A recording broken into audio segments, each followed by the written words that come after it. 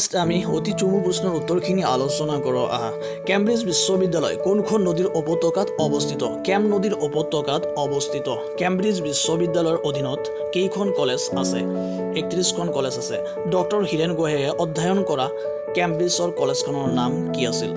Gonville and কিউজ college Cambridge বিশ্ববিদ্যালয় কোনে প্ৰতিষ্ঠা কৰিছিল কেমব্ৰিজ বিশ্ববিদ্যালয় পণ্ডিতসকলে নিজা উদ্যোগত প্ৰতিষ্ঠা কৰিছিল এই বিশ্ববিদ্যালয়খন 31খন কলেজৰ সমষ্টি কোনো এজন নিৰ্দিষ্ট ব্যক্তিয়ে এই বিশ্ববিদ্যালয়খন প্ৰতিষ্ঠা কৰা নাছিল পণ্ডিত আৰু বিদ্যানুৰাগী লোক কিছুমানৰ প্ৰচেষ্টাত এই অনুষ্ঠান গঢ় লৈছিল জৰ্জ ষ্টাইনাৰ কোন আছিল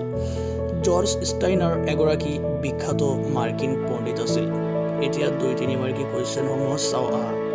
ইউৰোপত মধ্যযুগত স্থাপন হোৱা 4খন বিশ্ববিদ্যালয়ৰ নাম লিখা হাইডেলবাৰ্গ অক্সফোৰ্ড কেমব্ৰিজ আৰু পেৰিছ বিশ্ববিদ্যালয় টমাস একুৱাইনাছ আৰু বিয়েৰ আবেলাৰ কোন আছিল টমাস একুৱাইনাছ মধ্যযুগৰ ইউৰোপৰ এগৰাকী প্ৰখ্যাত দাৰ্শনিক আছিল পিয়েৰ আবেলাৰ মধ্যযুগৰ এগৰাকী প্ৰখ্যাত কবি আৰু দাৰ্শনিক পণ্ডিত আছিল তেখেত ফ্ৰান্সৰ নাগৰিক আছিল গথিক স্থাপত্য বুলিলে কি বুজা গথিক স্থাপত্য হ'ল এক প্ৰকাৰৰ স্থাপত্য শৈলী মধ্যযুগৰ ইউৰোপত ইয়াৰ বিকাশ হৈছিল গীৰ্জাবোৰৰ স্থাপত্যত এইবিধ শৈলী দেখা গৈছিল কেমব্ৰিজ বিশ্ববিদ্যালয়ৰ কলেজবোৰৰ